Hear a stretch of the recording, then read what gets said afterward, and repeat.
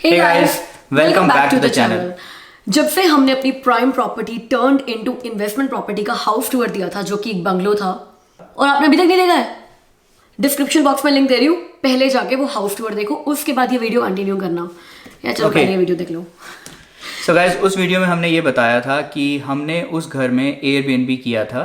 तो बहुत सारे लोगों ने क्वेश्चन पूछे कि एयरबीएनबी क्यों किया था, इतनी सिरदर्दी क्यों ली, उस घर को परमानेंटली किसी को रेंट पे क्यों नहीं दे दिया। तो इस वीडियो में आज हम ये डिस्कस करने वाले हैं why we chose to do Airbnb on our investment property, और लॉन्ग टर्म रेंटल में उसको अभी तक क्यों नहीं दिया था, अब दे दिया है। क्यों एयरबीएनबी करना चाहिए, किन कंडीशंस में, किन सर्कमस्टांसेस में, और किन कंडीशंस में आपको एयरबीएनबी नहीं करना चाहिए, और हमने एयरबीएनबी करना बंद क्यों कर दिया।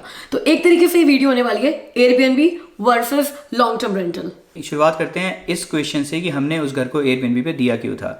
एक्चुअल में हमने उस घर को बनाया था अपनी इन्वेस्टमेंट प्रॉपर्टी, क्योंकि हमने जब ये दूसरा घर परचेज किया था, so we had plans to move into this house, तो वो हमारी इन्वेस्टमेंट प्रॉपर्टी होने वाली थी।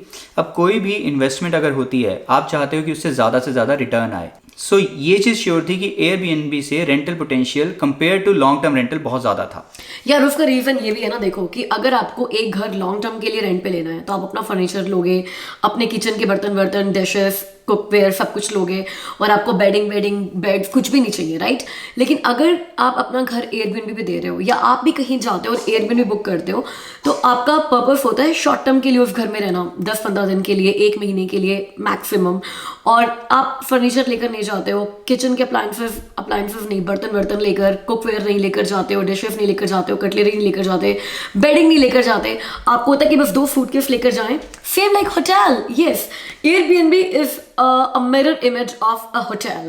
जैसे होटल में आप देखते हो कि यार बेडिंग्स कंफर्टेबल हो, लुक अच्छा हो, डेकोरेशंस अच्छी हो, सेम लाइक एयरबीएनबी। जब आप अपना घर एयरबीएनबी पे देते हो तो आपको डेकोरेशन का, बेडिंग का, फर्नीचर का, इन सारी चीज़ों का बहुत ध्यान रखना पड़ता है, और उसके आप पैसे चार्ज करते हो। एंड जब हमने ये देखा कि लॉन्ग टर्म रेंटल के कंपेरेटिवली अगर हम अपना घर पर नाइट के हिसाब से एयरबीएनबी पे दें तो हमें महीने का कम से कम $1,000-1,500 एक्स्ट्रा हो सकता है।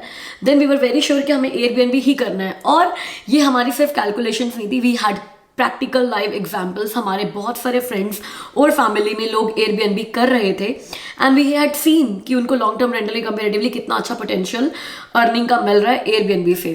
तो ये तो हमें पता था कि हमें एयरबीएनबी करना है, राइट गाइज। और ऐसा नहीं था कि हाँ पर नाइट के हिसाब से हमें रेंट मिलता है तो हम एक नाइट के लिए घर अपना रेंट पे दे रहे थे। You can fix the days. तो हमारा क्या था कि हमने मिनिमम एक डिफाइन किया हुआ था कि our house will go minimum for 14 nights. 1-2 exceptions हुए होंगे, जब मान लो कि 14 डेज के लिए घर रेंट पे गया और उसके बाद 5-6 दिन के बाद बीच में कोई बुकिंग आई है और 5-6 दिन खाली हैं, तो हमने कई बार 1 दिन, 2 दिन या 4-5 दिन के लिए दिया है। बट मोस्टली हमारा घर हमेशा डिफॉल्ट 14 डेज के लिए ही रेंट पे गया था। और इस हिसाब से अगर आप 14 डेज की बात करो तो महीने का जितना पूरा रेंट आपका आ सकता है ना एक घर से, उतना हमें कई बार 14 डेज में ही मिल जाता था। तो अगर 14 डेज बाद में खाली भी रह जाते थे, कि नहीं बुकिंग होती थी या बीच में 10 दिन खाली भी रह गए, तो it was not a big deal. तो ये है फायदा एयरबीएनबी का कि पहला तो इनकम पोटेंशियल डेफिनेटली बहुत ज़्यादा है, क्योंकि आप पेन लेते हो अपने घर को फर्निश करने की और पर नाइट मैनेज करने की, गेस्ट को बुलाने की, ठीक है। दूसरा रीजन जिस वजह से हमने एयरबीएनबी चूज किया वो ये था कि we wanted full control on both our properties. हमें वो घर भी बहुत पसंद है और हमें ये घर भी बहुत पसंद है, और हम चाहते थे कि यार अगर इस घर में शिफ्ट हो गए और इस घर में दिल नहीं लगा तो हो सकता है 1 महीने बाद, 2 महीने बाद उस घर में वापस जाना पड़े। अगर लॉन्ग टर्म रेंटल में किसी को वो घर दे दिया तो मतलब 1 साल के लिए आप बंद करें, तो मतलब 1 साल अपने घर में एंट्री नहीं कर सकते हो। तो ये भी एक रीजन था। जब आप एयरबीएनबी पे अपना घर देते हो तो आपके पास फुल कंट्रोल रहता है। कोई बंदा आता है आपके घर पे तो मैक्सिमम 10 दिन के लिए, 20 दिन के लिए, महीने के लिए आता है। उसके बाद फिर से आपके पास कुछ दिन होते हैं, आप चाहो तो नाइट्स ब्लॉक भी कर सकते हो, आप अपने घर को जाकर देख सकते हो, प्रॉपर्टी को इंस्पेक्ट कर सकते हो, कोई टूट फूट हो गई है तो आप उसको रिपेयर करा सकते हो। मतलब ऐसा नहीं है कि घर को दे दिया रेंट पे तो अब वो घर जब रेंट वाले खाली करेंगे तभी आपको एक्सेस मिलेगा या तभी आप अपने घर में जा सकते हो। इसके अलावा अमित की मम्मा हमारे साथ थे पिछले साल जब हमने ये घर लिया, और जब उन्होंने ये घर देखा ना तो उन्होंने ये बोला कि जब तक मैं कनाडा में हूँ आप लोग उसी घर में रहो, क्योंकि वो बंगलो है तो सारे के सारे जो बेडरूम्स है वो एक ही फ्लोर पे हैं, and she like that house very much. आप में से भी ऐसे बहुत सारे लोग हैं जिनको वही घर बहुत ज़्यादा अच्छा लगता है।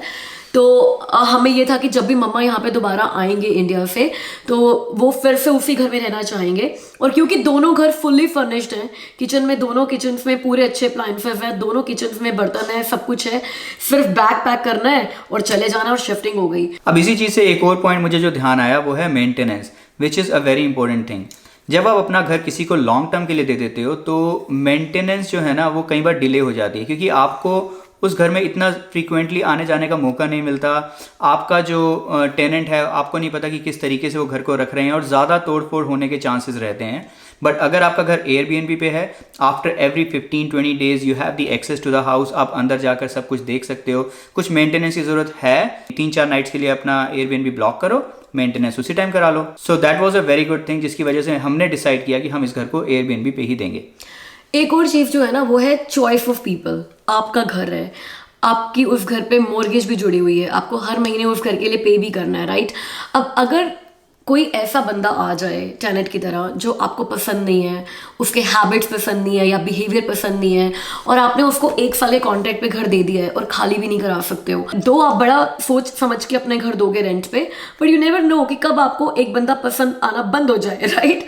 तो ये भी था कि यार जब हम एयरबीएनबी भी घर दे रहे हैं तो अगर हमें कोई गेस्ट पसंद नहीं आया, उसके हैबिट्स पसंद नहीं आए, बिहेवियर पसंद नहीं आया, तो कितने दिन के लिए झेलना है यार? 10-15 दिन के लिए झेलना है, फिर वो चला ही जाएगा, अगला गेस्ट आ जाएगा। Be very careful. जैसे हमारे रूल्स थे एयरबीएनबी पे कि we don't want any parties in the house, we don't want any smoking in the house, या we don't want guests in the house, मतलब जो guest pets in the house, we don't want pets in the house, या जो guest आ रहे हैं हमारे Airbnb पे हमें उनके गेस्ट घर में नहीं चाहिए कि कोई रात को आ रहा है, कोई अर्ली मॉर्निंग आ रहा है या कुछ है।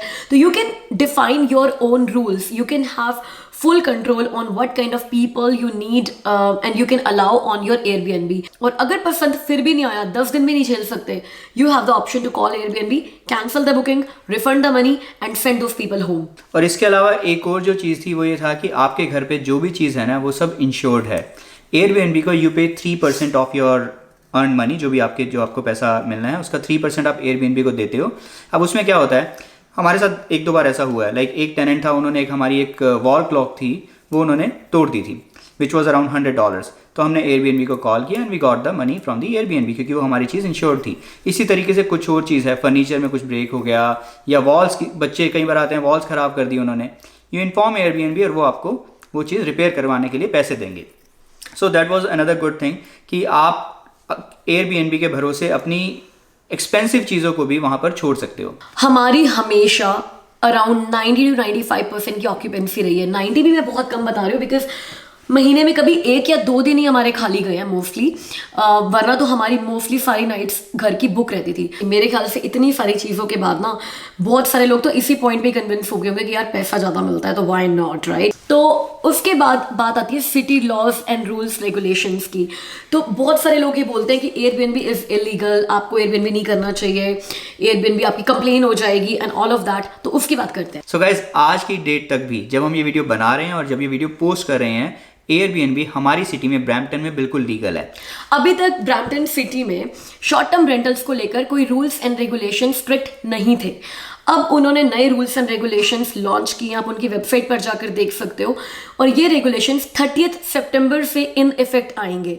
हम ये भी बात करते हैं कि कौन से रेगुलेशंस है, सिटी ने ऐसा क्या चेंज किया कि अब हमने एयरबीएनबी करना बंद कर दिया है और अपने घर को लॉन्ग टर्म रेंटल पर दे दिया है, क्योंकि जो उनके रूल्स एंड रेगुलेशंस है उन पे हम पूरे नहीं उतरते हैं, और इसीलिए हमने इससे पहले कि वो रेगुलेशंस इफेक्ट में आए पहले अपना एयरबीएनबी बंद कर दिया। लेकिन जब तक हमारा एयरबीएनबी चल रहा था, we were adhering to all the principles, guidelines and policies regulations of the city.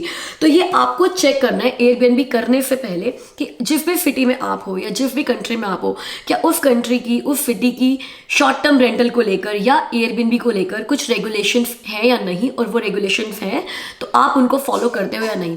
अब ये भी आपको मैं बता दूं कि शॉर्ट टर्म रेंटल की बात हो रही है यहाँ पे, मतलब अगर आप अपना घर 28 डेज से कम के लिए दे रहे हो, अगर आप अपना घर, और हम ये हमारे लिए भी है, अगर हम डिसाइड करें कि हमें अपना घर एयरबीएनबी पे सिर्फ 28 दिन या उससे ज़्यादा के लिए देना है, तो अभी भी जो वो सिटी के रेगुलेशंस हैं हम उनको तोड़े बिना एयरबीएनबी रन कर सकते हैं। तो आपने अगर एयरबीएनबी पे 28 डेज या उससे ज़्यादा के लिए देना है तो आप भी बिना ये चेक किए कि आपके सिटी की शॉर्ट टर्म रेगुलेशंस क्या हैं, आप भी अपना घर एयरबीएनबी पे दे सकते हो। सो गाइस, सो इससे ये क्लियर है कि जो जितनी भी रेगुलेशंस हैं those are for short term rental. Okay, so हमने क्यों बंद किया, उसका सबसे बड़ा रीज़न ये था, जो प्रॉपर्टी है वो हमारी अब प्राइम प्रॉपर्टी नहीं है, हम उस घर में नहीं रहते हैं, हम अब दूसरे घर में रहते हैं। और पहला जो उनका रूल है वो ये है कि शॉर्ट टर्म रेंटल करने के लिए आपकी जो प्रॉपर्टी है वो आपकी प्राइम प्रॉपर्टी होनी चाहिए। तो यहीं पर ही हम लोग एयरबीएनबी मार्केट से आउट हो गए। अगर हम आज भी अपना घर एयरबीएनबी पे लिस्ट करें और लिख दें कि हमें सिर्फ 28 डेज की या उससे ज़्यादा की बुकिंग चाहिए, we can still be in the market with Airbnb and we will not be breaking any rules of Airbnb. But अभी हमने 28 दिन के लिए दे दिया, मान लो अक्टूबर में 28 दिन बुक हो गए हमारे, तो हम कहेंगे वाह चलो अच्छा हो गया, we are safe and secure. अब नवंबर की बात आई, अगर वो 14 नवंबर से अगले 28 दिन के लिए बुक हो गया तो बीच में 14 दिन जो बच गए हैं उनका मैं क्या करूंगी। पहले जब आज तक 30 सितंबर तक जब शॉर्ट टर्म रेंटल इतना रेगुलेटेड नहीं था हमारी सिटी में, तो मैं उन 14 दिन के लिए भी कैलेंडर 14 डेज के लिए ओपन कर सकती थी और कोई और बुकिंग आ जाती 14 डेज के लिए या 10 डेज के लिए, तो ठीक रहता। लेकिन अब जब सिर्फ 28 डेज के लिए आप दे सकते हो, तो हो सकता है बीच में 27 डेज भी अगर खाली हैं तो आप उनको नहीं दे सकते रेंट पे। सेकेंड रूल जो उन्होंने बनाया है वो ये है कि आपकी प्रॉपर्टी एक साल में 180 डेज से ज़्यादा शॉर्ट टर्म रेंटल पे नहीं जा सकती, चाहे वो आपकी प्राइम प्रॉपर्टी है, चाहे आप उसमें रहते हैं, तो भी maximum you can rent it out for 180 days. अब यहाँ मैं उन लोगों के लिए टिप देना चाहूंगी जो लोग प्राइम प्रॉपर्टी में, बेसमेंट में, लीगल बेसमेंट में या फिर अपने 1 या 2 रूम्स रेंट करने के बारे में सोच रहे हैं, तो यार 180 डेज एक मिक्स एंड मैच रखो, लॉन्ग टर्म रेंटल और शॉर्ट टर्म रेंटल का। पहले अपना लिस्टिंग डालो 28 डेज के लिए, मतलब कोशिश करो कि पहले आपका घर 28 डेज या उसके ज़्यादा के लिए बुक हो जाए। और एयरबीएनबी में बहुत सारी ऐसी बुकिंग्स आती हैं, हमारे पास ऐसी बहुत सारी बुकिंग्स थी जो 3 मंथ्स प्लस के लिए हमारे पास आई थी, राइट। मतलब आपका साल में ना क्वार्टर ऑफ द ईयर या हाफ ऑफ द ईयर तो ऐसे ही निकल जाता है। तो 28 डेज के लिए कैलेंडर ओपन करो, जब 28 डेज बुक हो जाए तो कोशिश करो अगली बुकिंग इमीडिएटली आ जाए उसके आसपास की डेट्स में। अगर नहीं आती है, मान लो अगली बुकिंग में 14 दिन 13 दिन है, तो उसको शॉर्ट टर्म रेंटल पे लगा दो। तो जब आपका पोर्टफोलियो, आपका calendar long term rentals plus short term rentals का मिक्स एंड मैच रहेगा, तो हो सकता है आप साल में 180 डेज भी शॉर्ट टर्म रेंटल पे ना दो और आप सिटी के रूल्स को अबाइड बाय कर रहे हो। कि आपको अपनी प्रॉपर्टी को रजिस्ट्रेशन करानी है उनके साथ, विच इज़ फाइन, रजिस्ट्रेशन कराना is not a big deal. साथ में आप उस प्रॉपर्टी के लिए इंश्योरेंस जो लेंगे, that needs to be an insurance जिसमें आप ये डिक्लेयर करेंगे कि आप उस प्रॉपर्टी को रेंटेड प्रॉपर्टी बना रहे हैं। आपकी इंश्योरेंस कंपनी को ये पता चलता है कि आप घर एयरबीएनबी पे दे रहे हैं, जो इंश्योरेंस कॉस्ट है वो थोड़ी सी बढ़ जाती है। इससे क्या हुआ, हमारे लिए खर्चे बहुत ज़्यादा बढ़ गए कि रजिस्ट्रेशन की कॉस्ट है, फिर सिटी अपना चार्ज लेगी पर नाइट का, फिर इंश्योरेंस बढ़ जाएगा। तो हमें लगा ये सारा पैसा कहाँ जाएगा, मतलब हमें एयरबीएनबी के पर नाइट रेट्स बढ़ाने पड़ेंगे ना। और जब पर नाइट रेट्स बढ़ जाएंगे तो हो सकता है इतनी बुकिंग्स ना आए हमारे पास जितनी हमारे पास पिछले साल बैक टू बैक बुकिंग्स आई थी। तो फिर जब हमने दोबारा से कैलकुलेशंस की तो हमें लगा कि यार लॉन्ग टर्म रेंटल पे दो या एयरबीएनबी पे दो, बात ना साल के बाद सेम ही पड़ेगी। तो जब एयरबीएनबी हमारे लिए प्रॉफिटेबल था, वी डिड एयरबीएनबी। जब सिटी ने अपने रूल्स चेंज कर दिए एयरबीएनबी को लेकर, हम लॉन्ग टर्म रेंटल पे आ गए। तो यहाँ पे ऐसे हमने प्रॉस एंड कॉन्स डिस्कस किए कि किस केस में आप एयरबीएनबी कर सकते हो, किस केस में आपको लॉन्ग टर्म रेंटल करना चाहिए। हमने दोनों किए, तो दोनों चीज़ें आपको बता दी हमने।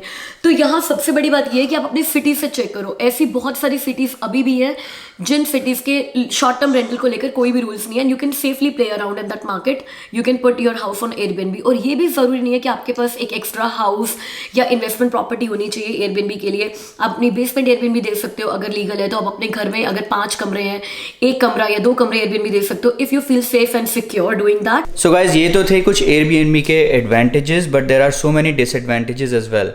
लाइक आपको हमेशा अपना घर क्लीन रखना है and you sometimes get only 1 evening to clean your house, it needs to be thoroughly clean. एक क्लीनिंग कंपनी से टाई अप हमने किया था, एंड बट समटाइम्स ऐसे सरप्राइजेस मिलते रहते हैं कि आपकी क्लीनिंग लेडी जो है वो टाइम पे नहीं पहुंची and you have to clean the house yourself. उसके अलावा जो सेकंड थिंग है दैट इज़ मेंटेनेंस। जब घर की मेंटेनेंस करनी होती है और जब घर में गेस्ट रह रहे हैं और कुछ ऐसी प्रॉब्लम होगी, लेट्स से प्लम्बिंग से रिलेटेड, इलेक्ट्रिसिटी से रिलेटेड, हीटिंग से related, you have to respond immediately. मतलब ये है कि आपके पास ऐसे बंदे रेडी होने चाहिए जो आपकी कॉल पे इमीडिएटली वहाँ पर आ जाएं आपकी चीज़ को रिपेयर करने के लिए। So that is second thing. Third, grass cutting. Snow हटाना, ये भी आपका ही काम है। तो जब आप फुल टाइम घर अपना रेंट पे दे देते हो, आप उससे निश्चिंत हो जाते हो। बट क्योंकि हमने एयरबीएनबी पे दिया था, तो इसलिए ग्रास कटिंग, स्नो हटाना, वो सब के लिए हमें या तो खुद जाना पड़ता था और या तो फिर किसी को अपॉइंट करो जो वहाँ पर जब भी स्नो होगी जाकर उसको क्लीन कर सकें। सो गाइज, ये था हमारा वीडियो एयरबीएनबी के ऊपर। अगर आपको वीडियो पसंद आया है तो वीडियो को लाइक कीजिए, चैनल को सब्सक्राइब कीजिए, एंड अगर आप इंटरेस्टेड हैं एयरबीएनबी पे अपना घर देने के लिए, तो इस वीडियो की डिस्क्रिप्शन में हम अपना लिंक भी शेयर कर रहे हैं। उस लिंक से अगर आप एयरबीएनबी पे रजिस्टर होते हैं, we will get some money and you will also get some money. Thank you so much for watching the video and take care of you. हम आपसे मिलते हैं अगली वीडियो में। Bye bye.